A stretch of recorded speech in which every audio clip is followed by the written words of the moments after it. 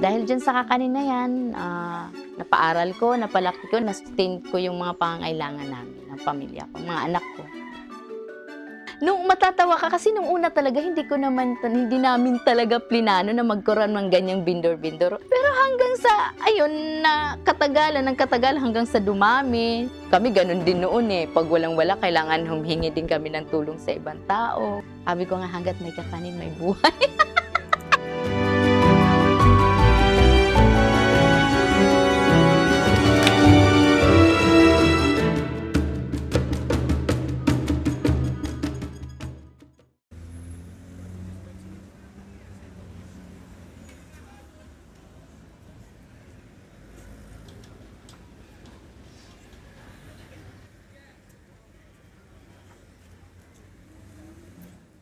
Ako nga pala si Lea Paras.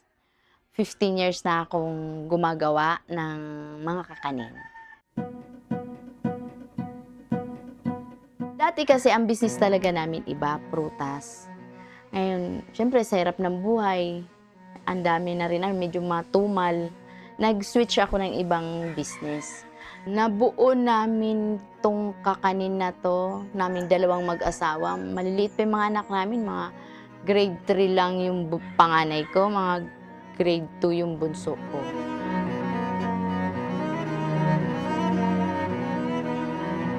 Ang mister ko, ano lang din siguro kasi mahilig din siya magnegosyo eh.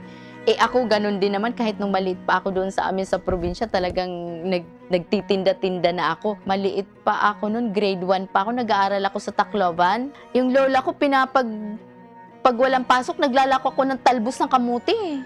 Oo!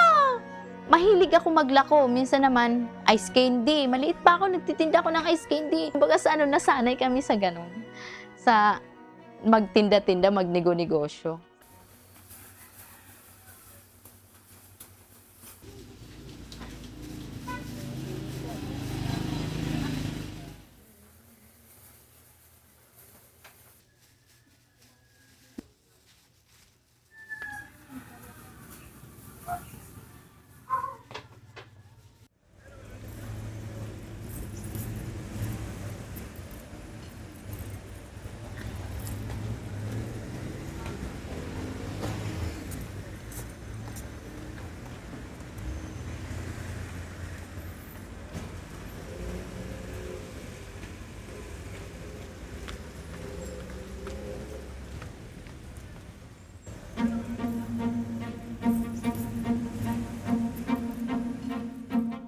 Start ako magkakanin talaga 2008.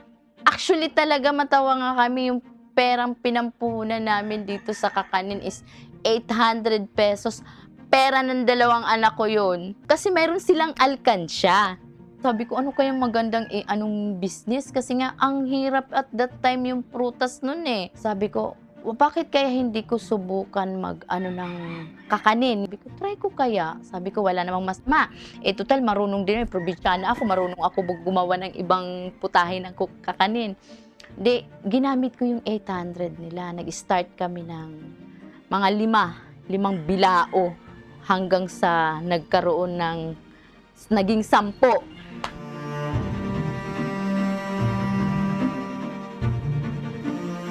Summer lady kasi ako eh. Bisaya ang tawagin, waray-waray. Yung iba alam ko gawin, pero yung mga iba hindi. May nagturo sa akin yung kaibigan ko. Kasama ko dati siya sa networking. Tinulungan niya ako kasi nga marunong siya. Siya din ang nag-push sa akin nun eh, na gumawa ako nun. Tinulungan niya ako sa ibang mga recipe. Ang niluluto namin dito, madami siya eh. Meron kaming biko, meron kaming sapin-sapin, meron kaming ubi, may maha, may puto, may kutsinta kami, may palitaw. Ang pinakamabinta dito sa kanila, sapin-sapin, espasol, palitaw. Yan ang malakas sa kanila.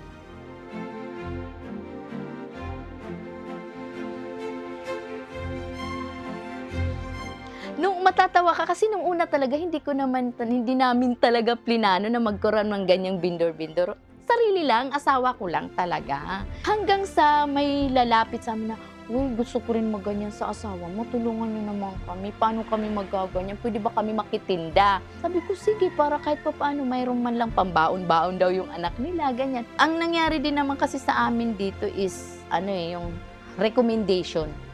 Kunwari, mayroon akong naging vendor, tapos mayroon siyang kaibigan or kamag-anak na gusto din, ipapasok niya sa akin.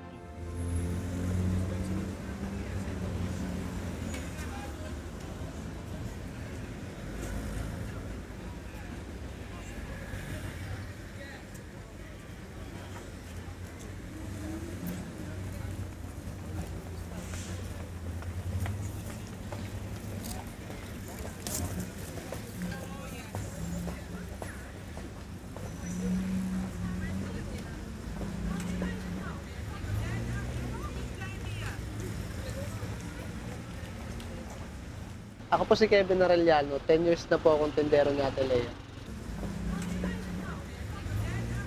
Ngayon, na-recruit naman po ako ng kapatid kong dalawa. Nandun galing kay Ate Lea. Nagsimula po akong magbenta sa kanila is 2013. Wala pong masasabi kay Ate Lea kasi anytime naman po na bumalik-balik yung tindero niya, tinatanggap niya naman.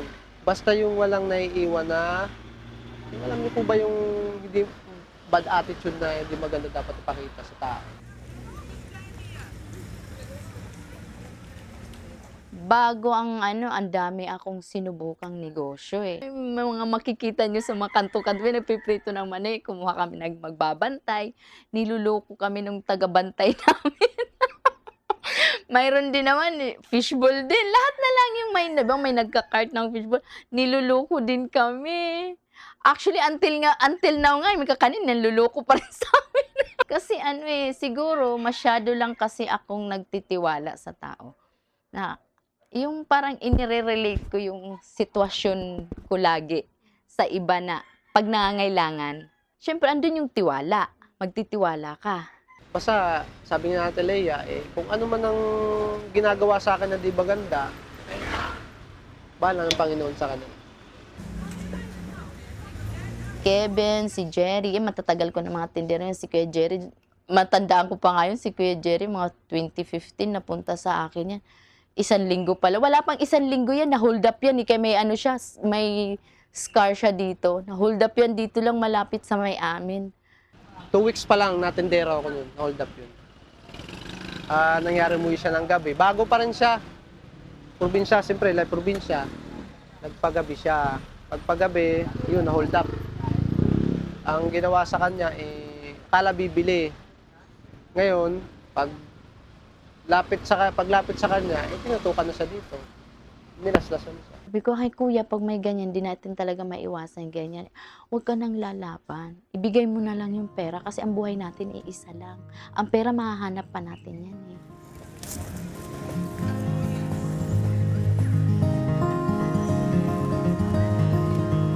Dito sa amin sa pamilya ko, paggising kasi namin may kanya-kanya na kaming obligasyon eh. Alam na namin kung saan kami nakalagay eh. Ako, sa pagpapalitaw, yung bunso ko, nasa kanya na yung pagtitiko. Tapos yung isa naman, nandun sa Biko Kalamay, gano'n. Yung kapatid niya, ng mister ko, andun siya sa mga sapin-sapin, gano'n, ube. Tapos mayroon akong kinuhang assistant na nagpuputo. Siya nagpuputo, tapos tumutulong siya sa pagkukutsinta. Yung asawa ko naman, siya yung gumagawa ng kasaba cake. Kasi walang may humahawak ng ube na tatakot. Siya lang yung nakakapag-operate.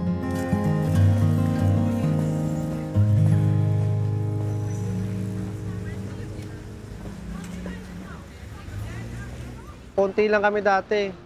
Ngayon, hanggang sa lumipat yung iba dito, ng mga galing Maynila, lumipat yan.